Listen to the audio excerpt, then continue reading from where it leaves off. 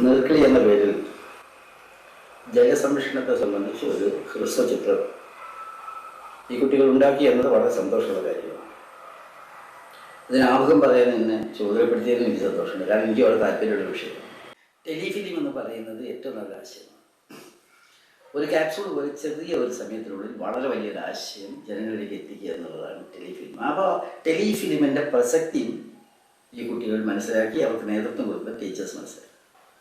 അവർക്ക് പഠിച്ചിട്ടുള്ളത് എല്ലാവർക്കും വേണ്ടിയാണ്, മനുഷ്യർക്ക് വേണ്ടി മാത്രമല്ല, ജന്തുക്കൾക്ക്, മൃഗങ്ങൾക്ക്, പൂമ്പാറ്റകൾക്ക്, എല്ലാറ്റിനും.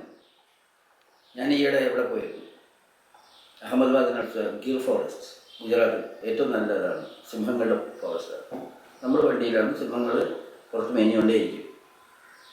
സിംഹങ്ങളൊക്കെ ആണെങ്കിൽ അവിടെ പോകണമെന്ന് ഒരുമിച്ച് ആണെങ്കിൽ അവിടെ ഒരു ടാങ്കിൽ വെള്ളം വെച്ചിട്ടുണ്ട്.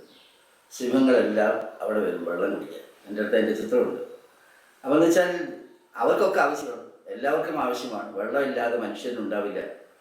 എല്ലാ വേദഗ്രന്ഥങ്ങളിലും പറഞ്ഞിട്ടുള്ളത് വെള്ളത്തെക്കുറിച്ചാണ്. ദൈവത്തിൻ്റെ ഏറ്റവും വലിയ അനുഗ്രഹമാണ് വെള്ളം. ദൈവം ചിന്തിക്കാൻ നമ്മളോട് ആവശ്യപ്പെട്ട കാര്യത്തിൽ ഏറ്റവും പ്രധാനമെന്ന് മേഘങ്ങൾ പോകുന്നതിനെക്കുറിച്ച്, മേഘങ്ങൾ താഴോട്ട് വെള്ളം ഇതാക്കുന്നതിനെക്കുറിച്ച്, വെള്ളമാണ് നമ്മുടെ ചിന്താമണ്ഡലത്തെ ഉത്തേജിപ്പിക്കുന്നത്. അതുകൊണ്ട് തീർച്ചയായിട്ടും ഏറ്റവും പ്രധാനമായൊരു മെസ്സേജാണ് നിങ്ങളുടെ ഈ ഷോർട്ട് ഫിലിമിന് വേണ്ടി എടുത്തിട്ടുള്ളത്.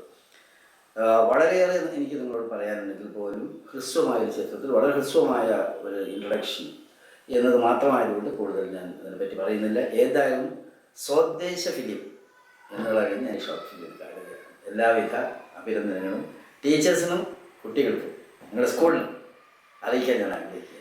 എല്ലാവർക്കും നന്ദി, അഭിവാദ്യം.